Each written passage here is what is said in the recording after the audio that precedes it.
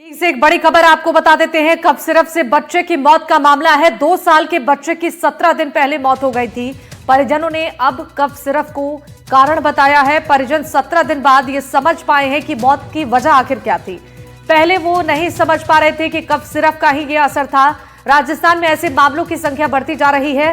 Media के जरिए खबरों को देखकर परिजनों को यह पता चला है। परिजन ने कहा है कि दवाइयों को लेकर अब जागरूकता बेहद जरूरी है। कफ सिरप से जुड़ी मौतों पर जांच की मांग को अब तेज कर दिया गया है। दरअसल 17 दिन पहले इस बच्चे की मौत हुई थी, लेकिन परिजन इस बात से वाकिफ नहीं थे कि इसी सिरप के सेवन से बच्चे की मौत हुई। लेकिन खबर देखने के बाद उन्हें यह एहसास हुआ है कि कुछ दिन पहले यही सिरप इस बच्चे को दिया गया था।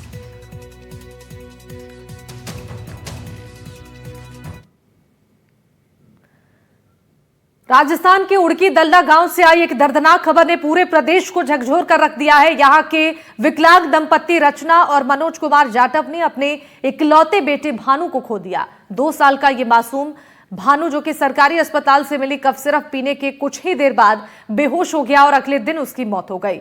परिजनों का यह आरोप है कि डॉक्टर ने सरकारी पर्ची पर दवा लिखी थी, लेकिन बाद में वही पर्ची परिजनों से वापस ले ली गई। अब सवाल उठ रहे हैं कि क्या कुछ यहां पर छुपाने की कोशिश की जा रही थी। इस घटना में देखिए, ग्रामीण जो है वो काफी नाराज है। स्वास्थ्य तंत्र की गंभीर खामियों को उजागर कर रहे हैं और अब जांच की मांग को भी तेज किया जा रहा है। तो कफ सिरप पर देश भर में अब सवाल उठ रहे हैं और राजस्थान से कई ऐसी खबरें सामने आ चुकी हैं। उड़की दल्ला में भी एक मासूम की मौत हो गई है कफ सिरप के सेवन से।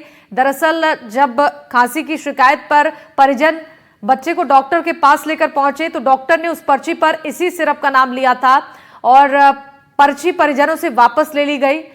इस दवा के सेवन से बच्चा पहले बेहोश हो गया, बाद में उसके इलाज के दौरान मौत हो गई। अब परिजनों ने ये आरोप लगाया है कि इसी सिरप के सेवन से उनके बच्चे की जान गई है। जांच की मांग लगातार उठा रहे हैं परिजन।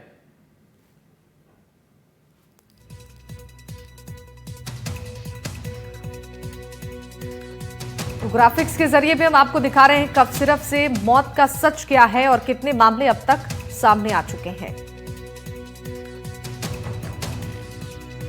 निःशुल्क योजना की दवा जो है उसको लेकर सवाल उठ रहे हैं। बाजार से 10 गुना ज्यादा ये सस्ती होती है और निर्माण लागत घटाने की कोशिश की गई है। तो इस खेल की भी आशंका अब जताई जा रही है कि घटिया पैकेजिंग भी खतरनाक हो सकती है। बाजार में सप्लाई यही दवा बिल्कुल अलग है, निःशुल्क और बाजार के लिए अलग बैच है। अब इस पर भी सवाल खड़े हो रहे हैं कि आखिर इस तरीके की लापरवाही क्यों की गई है। ये दवा दरअसल बाजार से 10 गुनी सस्ती होती है।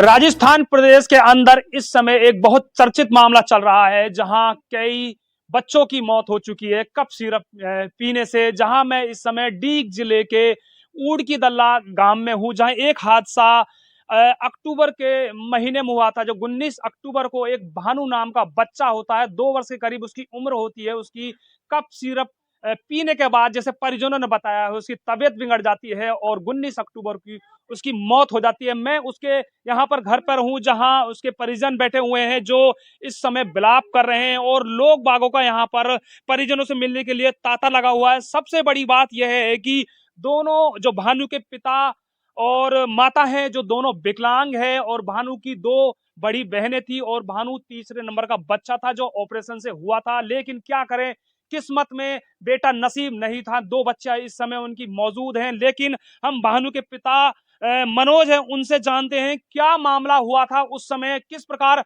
भानु की तबीयत बिगड़ती है। जी, क्या नाम है जी आपका? मनोज कुमार। मनोज जी, भानु क्या लगता था आपका? बेटा लगता था। तो कैसे उसकी तबीयत बिगड़ी थी, ये बताइए। तबीयत बिगड़ी थी, 18 तारीख को मुंडिया लेगा था मैं उसको। बच्चा जो भानु था, आपका नाते में क्या लगता था भाई साहब? वो मेरा भतीजा लगता था साहब। भानु भानु बेटा था मेरा, छोटे छोटे अंकल का लड़का, इसका पोता था वो। तो उसके कोई दिक्कत, कोई शिकायत नहीं थी बच्चे के, खूब सही स्वास्थ्य था बच्चा। तो बच्चे के अचानक ही तबीयत खराब हुई थी, तो ये उसको लेकर मुंडिया हॉस्पिटल लेके गए थे।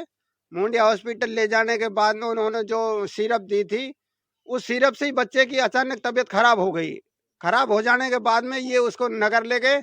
नगर ले जाने के बाद में जो जगदीश यादव डॉक्टर था, उसने कहा था कि ये जो दवाई दी है सिरप, उस सिरप से इसकी तबीयत खराब हो चुकी है और उस सिरप से बहुत ही बच्चे, कम से कम 4-5 बच्चे मतलब गुजर चुके हैं।